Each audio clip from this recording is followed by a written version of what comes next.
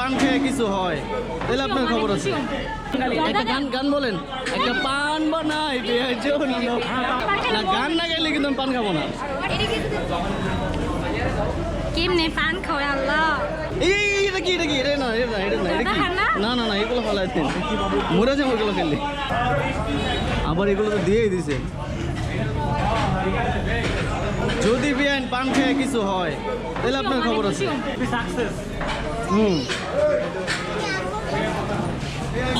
বিয়াই পান বানাই দিল, টাকা চাইলো না। বলদ বিয়াই পান বানাই দিল, টাকা চাইলো না। তো অবশেষে অপূর্বর সব কিছু সম্পন্ন হলো, আলহামদুলিল্লাহ।